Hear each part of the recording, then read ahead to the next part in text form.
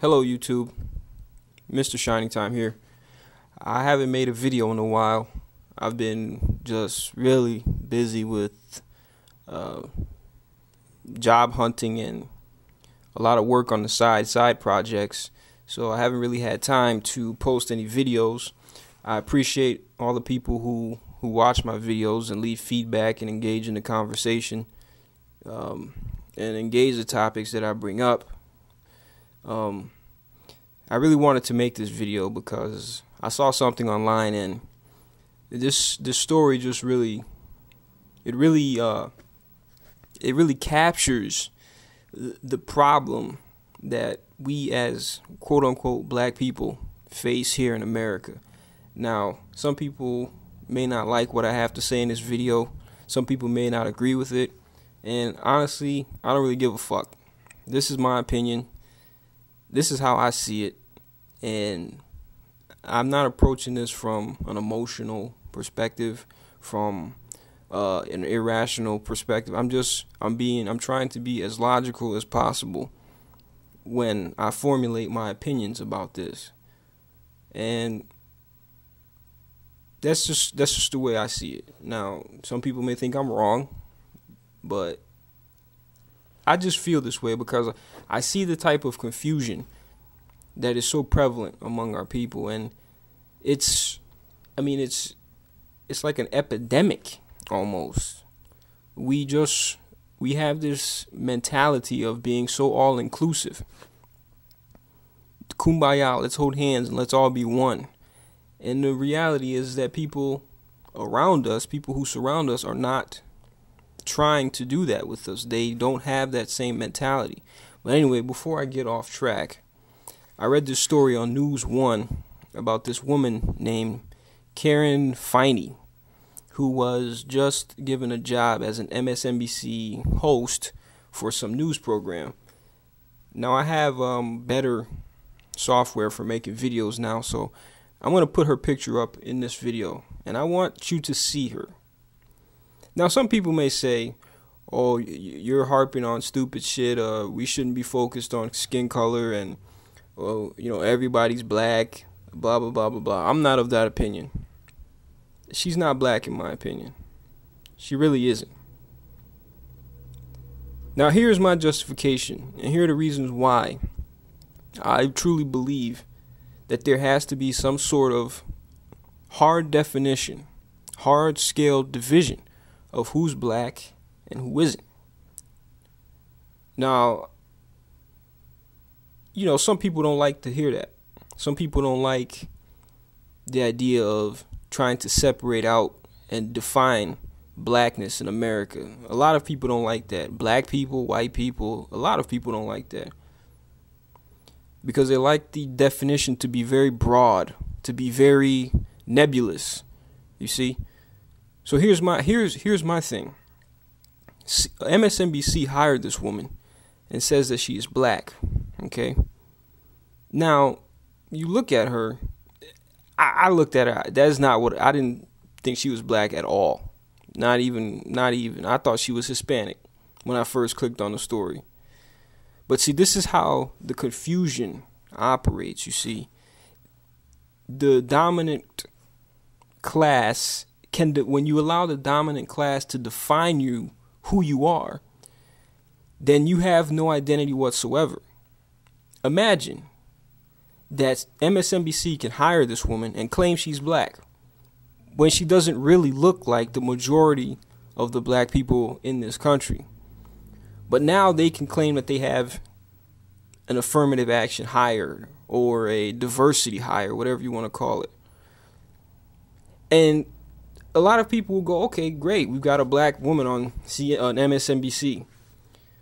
But just then you see the confusion here. Well, what the hell is black then? You see, how can a woman who is a skin complexion of a Caucasian, has hair texture of a Caucasian, facial features of a Caucasian, and still she qualifies as black? How does that make any sense whatsoever?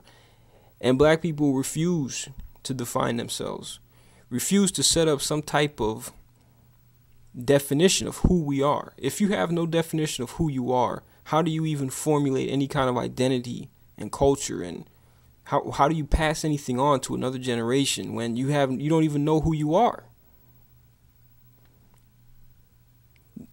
Nobody else does this. At least not in this country. Most of the people or the races that divide themselves up, they know who they are. They have a clear-cut definition of who they are, and they're not trying to include outside people into their group. But I mean, just help me understand it. I just don't understand how, in my opinion, black people are so willing, so eager to include all these different mixtures of people into our group. That makes no sense. It confuses the majority who don't look like these very light-skinned European featured people. I mean, that's just my confusion. In my opinion, if you don't look like a West African in some way, if you don't have a skin tone that's close to a West African, if you don't have features that are close to a West African, you're not black. Don't call yourself black. You're something else. I get tired of seeing all these very light-skinned, damn near Caucasian people who somehow jump onto the black bandwagon. But when push comes to shove, there's something else. They want to be, everybody wants to be black until the police show up, right? And some people may say, oh, you're being petty or trivial. I don't think so. I think it's very important to understand who you are and to have a clear definition of who you are, to know what you are. At least that's me. That's what I have gathered from my African parents, or at least on my father's side, and my African family members.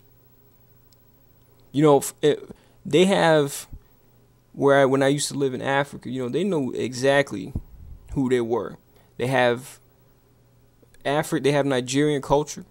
They knew who they were. They knew who was a part of the group and who was not a part of the group. They knew who was a part of the tribe, the Igbo tribe, and the people who were not a part of the Igbo tribe or the Igbo ethnicity. And there wasn't this all-inclusive type mentality among the people, because they were trying to maintain that culture. And people who are trying to maintain their culture and to maintain their identity do not have this type of all-inclusive mentality. And it's a real problem. I mean, I can't see how people don't think it's a problem. Imagine this woman is on the cover of a magazine and they say she's black.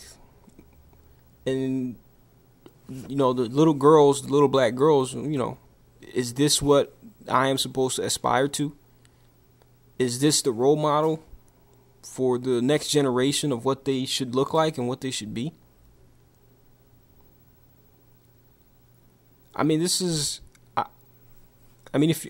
my main gripe is that if you have no definition of who you are, if you don't know who you are, if you have no clear-cut line about who's in your group and who's not, how do you formulate any kind of cohesion that way?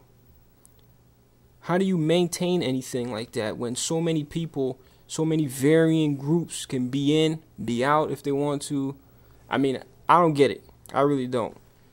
And I understand that it's not just this situation is not just has not been caused just by black people. That it is something that is influenced largely by whites as well, because they get to define really who is black and who isn't. And they play this game where the people who are really close to them as far as features can still get to be called black. So they can still maintain the white paradigm, the Eurocentricity, while at the same time claiming diversity. I mean, it's crazy. It's really nuts to me, anyway. That's all I wanted to say. I'm going to keep this video short. I don't want to get long on it. I just wanted to make my opinion known on this because I just, it's crazy. I don't understand it. Why we refuse to define ourselves and refuse to have a more exclusive type mentality where, you know, you can't just be in our group if you're mixed with all these other ethnicities and races around the world. You can't just come and claim us. You know, you have to look like a West African or have some type of West African features, because that's who we descended from. If you say that this woman is black, I mean, are we all to move in that direction as time goes on? Maybe that's what's going to happen. Maybe in 100 or 150 years, you land on the shores of America and you say, point to a black person for me, and maybe they point to this woman.